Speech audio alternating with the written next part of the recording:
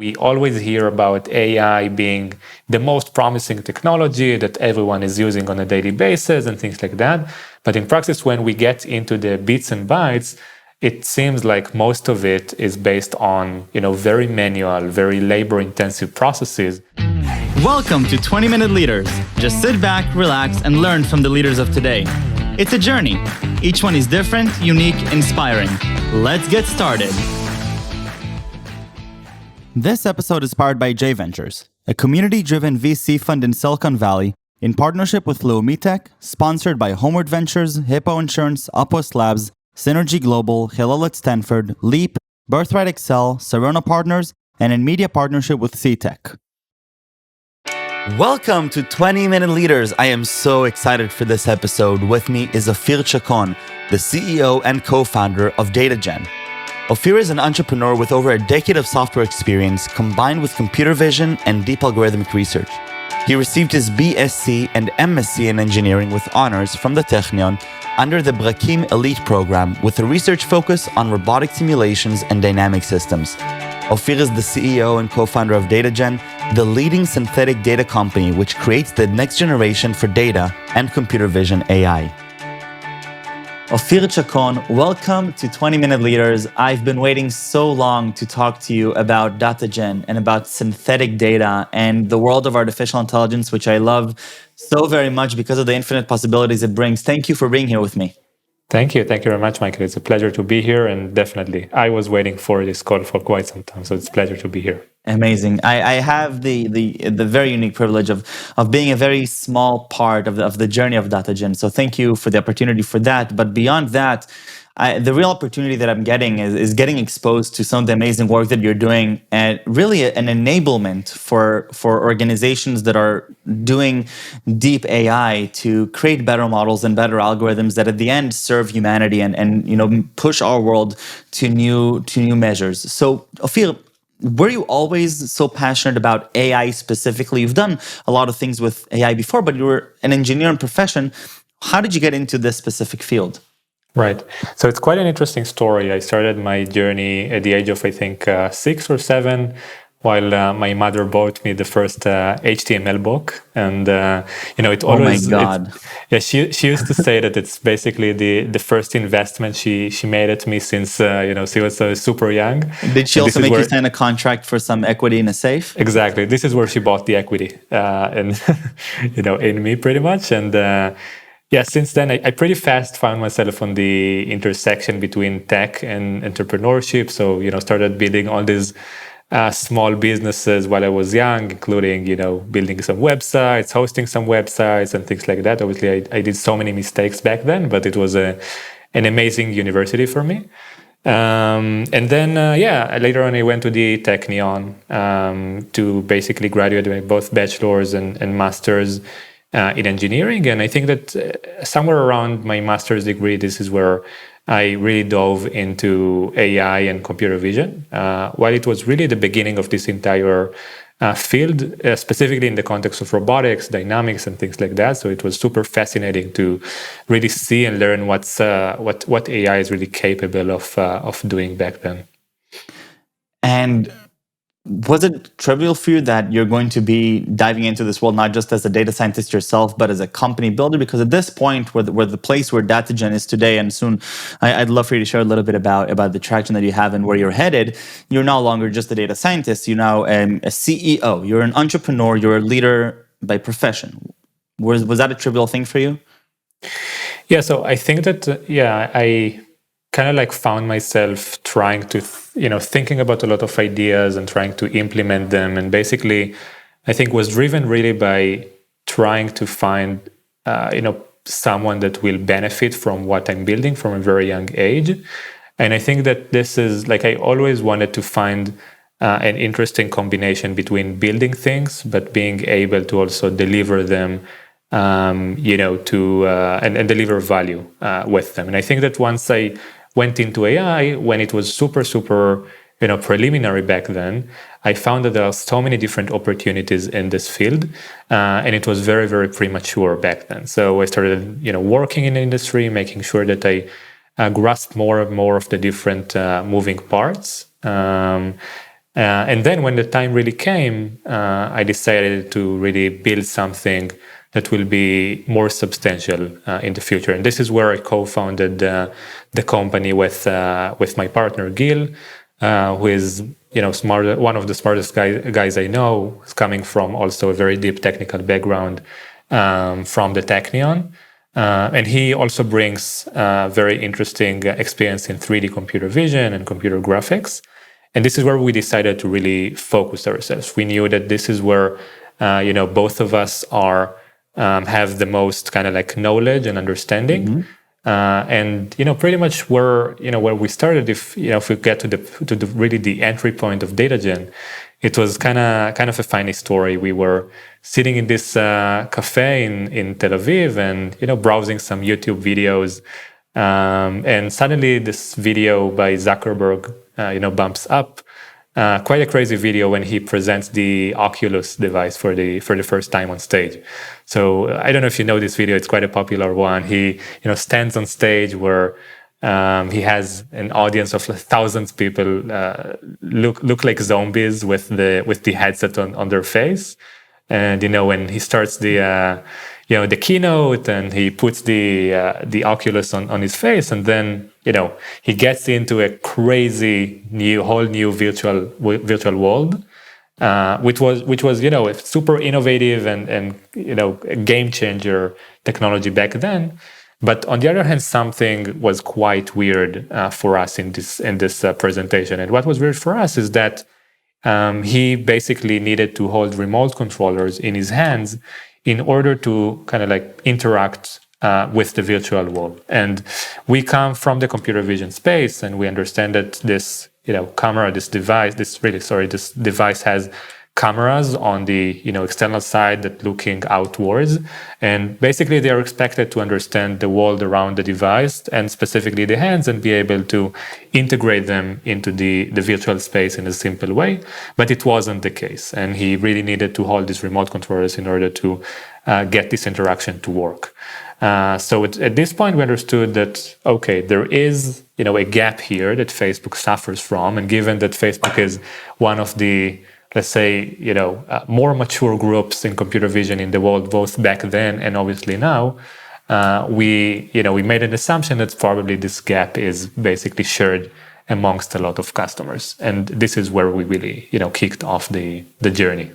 I love it. Take me through a little bit of a higher level understanding of where the AI world was and is today that is sort of enabling you as Datagen to coming in, and especially around this idea of synthetic data and as more and more companies are building these algorithms for their own uses and to advance the world. Where are we at? Because the progression of AI is an incredible life story, but specifically in the world of synthetic data, how do we get to here? Right. So when we started Datagen, I think that the world of AI really suffered from lack of standardization, meaning it's almost like when the internet started and then everyone created his own, browser and formats and protocols and things like that. So this is where we found the world of AI when we started. And, it was, on one hand, it's like you have complete mess in the world, but on the other hand, it's like a huge opportunity to create so many interesting companies around these things. And over the past few years, you really saw that there were quite a lot of fields that progressed very, very fast. Specifically, if we try to disassemble the world of AI into building blocks, you can distinguish between three main building blocks, right? So the first one would be compute. Second one would be algorithms or models or deep learning networks and things like that. And then the third one will be data. While the two first ones, both the compute and the algorithms, we can see that over the past few years, they really progressed quite significantly. And there were tremendous improvements and advancement in these fields. They both get more and more mature exponentially year over year. And we decided not to focus on these just because there are very good companies, tackling these both areas. But when we look at on the more in the data part of things, this is where I think the most opportunity is, because this is where the kind of like the industry as a whole really suffers from a lot of, again, lack of standardization and traditional processes that haven't been optimized over the past years. And if we're looking at the opportunities that synthetic data can provide to the world and to these organizations, rather than the way that they've been accumulating data until now for their algorithms, what opportunities do you see in the grand vision of things as we're positioning forward? And then I'd love to understand a little bit more about the journey of Datagen as a company. Right.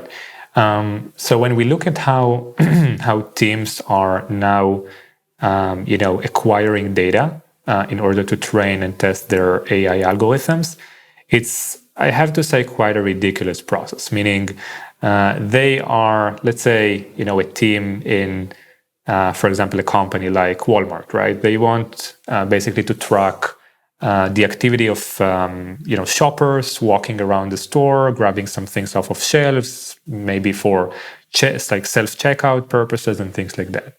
For in order to train an AI algorithm to do that, what they would need to do is to go and basically collect hundreds of millions of images from the real world of all sorts of different shoppers walking around in different stores in different lighting conditions and grabbing different products from shelves and maybe putting things in their shopping cart and then getting it out and getting it back on the shelf, and all these type of edge cases, in order for the AI system to be able to detect them after once it's trained. So this is a complete manual process, right? They go and they literally capture images from the real world using cameras that would obviously be quite a mess in order to collect all this data, to cover all the different use cases that you can find, that you would imagine this AI would work well on. And then they need to kind of like annotate all these images by hand, one by one, to basically highlight where the shopper is and where the item is and where the shopping cart is and things like that. So all these processes nowadays, we always hear about AI being the most promising technology that everyone is using on a daily basis and things like that. But in practice, when we get into the bits and bytes, it seems like most of it is based on, very manual, very labor-intensive processes in order to acquire all this data from the real world and label it and clean it and all these types of things. And eventually, these AI systems suffer from a lot of, for example, privacy things and biases, as we hear on the news every day, just because they weren't trained on the right data to achieve the right task. And I think this is where synthetic data really comes in. So the way, or the concepts of synthetic data, is the ability to, rather than go and really manually acquire all this data from the real world, completely, again, with humans they don't really have control over what they are doing, and we don't really know what data we infuse into our system. We take a completely new approach. And what we do in Datagen is we build a 3D simulation of the real world that will look, behave, feel, and interact exactly like the real world. For example, we have 3D virtual people that would go and enter a virtual store, and would take virtual items off of shelves. And everything is completely simulated using computer graphics and computer vision.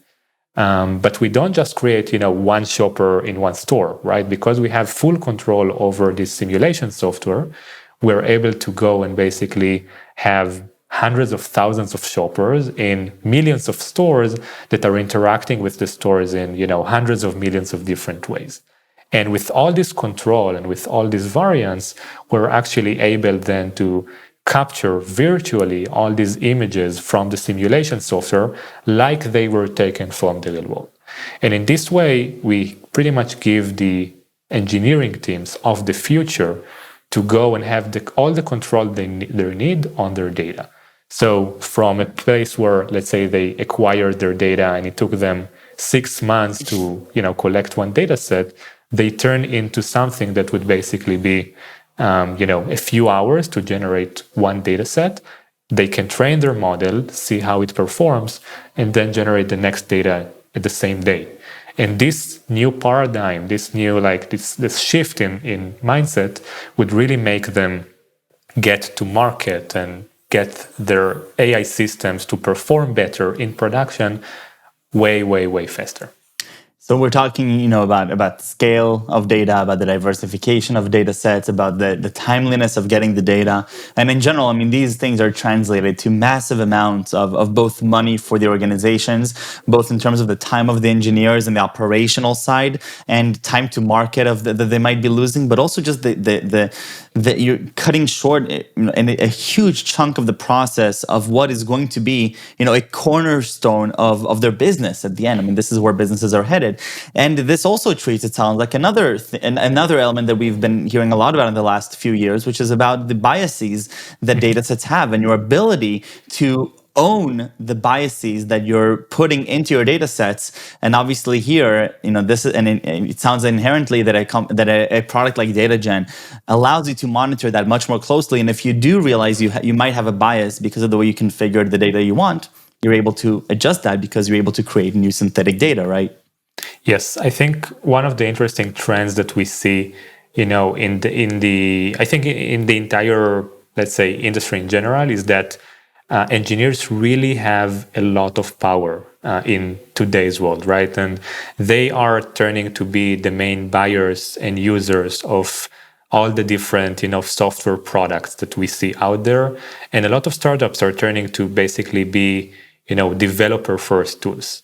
And I think what Datagen is doing, besides this kind of like revolution around the way we want to shift the world from being very manual to be very, very automated, we also give this full control over the data that you need to into the engineers' hands. And by that, we really give them everything they need, and they can really kind of like control everything they need in order to progress with their algorithms, way, way faster. And what you said about biases is actually quite interesting also, because nowadays, when you feed, with data that you collected from the real world into your AI system, it's very hard to know how your system will perform on different, things. For example, right. Male versus female, or even, bias is not just, we always think of biases like, gender bias or ethnicity bias. But in practice, when we think about bias in the most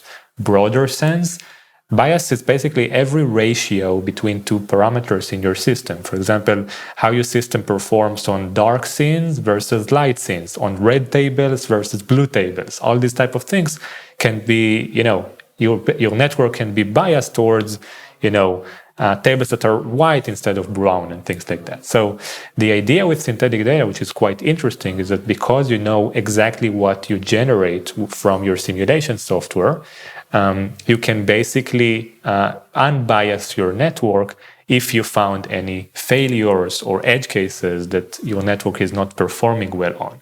And on the other hand, if you want to even test your network and make sure it performs the same or maintains the level of performance over time, what you can do is you can treat your synthetic data as testing data sets that you can run through your network every week, for example, exactly like we do with code when we run unit tests for our code every time we push code to production.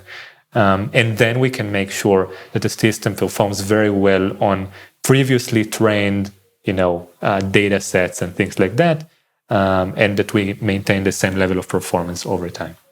Ofir, I love it, and I think I'm inspired by the grand understanding that what you're sharing here, and not talking about a specific pain point or specific problem that you might be solving, but looking at the industry as a whole and understanding that there is something greater here that we need to address, and this is the way that engineers, hundreds of thousands, millions of engineers around the world are facing, and at the end, this is the core of technology today, and this is the enablement of what's going to happen and how our next models are going to be built, and not just allowing the companies to do it better, but to do it more safely and to monitor it much better. And personally, I'm looking at Datagen Datagen, and while I'm excited for the companies that may be using it because it'll make their lives better, it also makes the consumers' lives better because the models are built as intended. And I personally believe that a lot of the mistakes that models are doing today are unintended consequences. I don't believe that engineers come and they want to portray a bias to their algorithm, but they just didn't have the right data,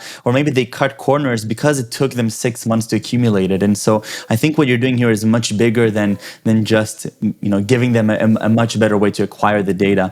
Ofir, before we end, I'm really curious, as a technologist and a scientist yourself, now you're a leader and now you're running a company that is growing very quickly and doing very well.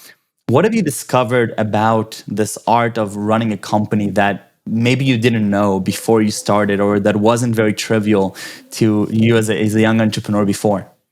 Right.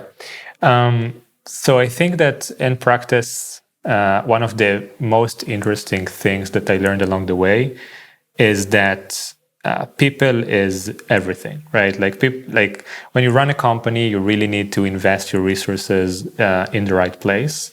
And people tend to think that a company is, I don't know, the product that you're building, the code base that you're developing, the sales machines that you are creating and things like that. But in practice, companies don't really exist without the people, and the knowledge, the experience, and the real IP, the intellectual property of a company would be really, 99% of it would be the people that you bring, how you treat them, how you train them, and how you grow them into to be real leaders and professionals. And we really believe in it. Like from the very beginning of the company, we brought in not only professionals, but people that are really fun to work with, have high emotional intelligence, that they can communicate well, people that they can both give and receive feedback in a very direct and honest way. And we built a work environment that it's amazing to join. And I'm still having opening talks with every new team member that we have, although we are already north to 90 people, so it's quite insane. Wow, 90 people. And it's always a pleasure to just meet people that I haven't even interviewed, which is also for me quite crazy to digest that I'm no longer interviewing everyone. But meeting them for the first time and hearing about their onboarding experience after, let's say, 2 weeks, into the company, it's so amazing to hear how other team members treating them and how professional and thorough the onboarding process was.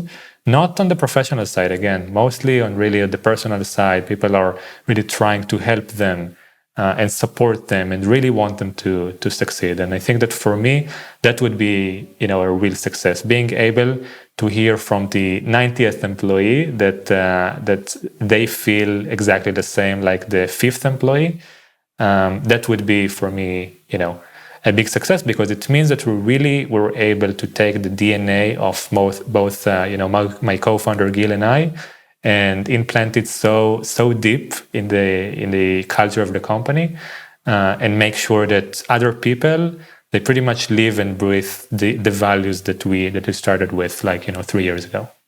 I love it, and just sounds like an amazing journey. Ofir, thank you very much for spending these 20 minutes with me. Thank you for the great work that you're doing for the industry as a whole. And beyond Datagen success, the way I see it, Datagen success is the industry's success because of the way that you're building out the product and the way that you're then going to shape the type of work that other companies are doing. So thank you very much for everything, and best of luck with Datagen, and stay safe and stay healthy. Thank you very much. It was a pleasure.